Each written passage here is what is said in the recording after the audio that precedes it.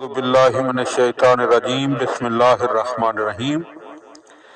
حضرت علامہ مجلسی علیہ رحمہ کی کتاب بحار الانوار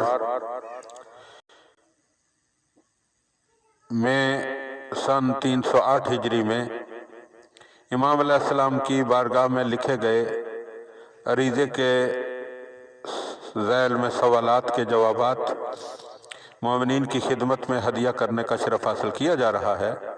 امام علیہ السلام کی بارگاہ میں سوال کیا گیا، کیا خاک شفا کی سجدہ گاہ پر سجدہ کرنا جائز ہے اور اس میں کوئی فضیلت ہے؟ تو آپ نے جواب میں فرمایا کہ ہاں، خاک شفا کی سجدہ گاہ پر سجدہ کرنا جائز ہے اور اس میں فضیلت بھی ہے۔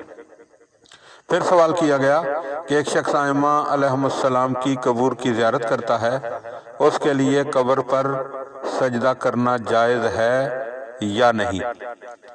نیز آپ علیہ السلام سے یہ بھی پوچھا گیا کہ جو شخص ائمہ علیہم السلام کی قبور کے پاس نماز پڑھتا ہے، کیا اس کے لیے جائز ہے کہ وہ قبر کے پیچھے کھڑا ہو اور قبر کو آگے رکھے، یا قبر کے سر کی طرف یا قبر کے پاؤں کی طرف کھڑا ہو؟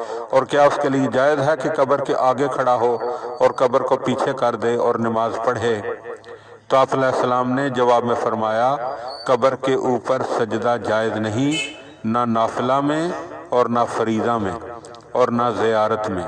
جو معمول ہے وہ یہ ہے کہ اپنا رخسار قبر پر رکھے۔ اب رہ گئی نماز، تو اس کے لیے یہ کرے کہ قبر کو سامنے رکھے اور خود قبر کے پیچھے کھڑا ہو۔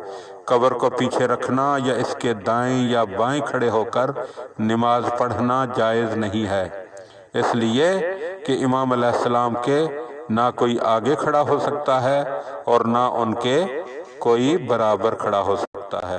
اللہم صلی علی محمد و آل محمد۔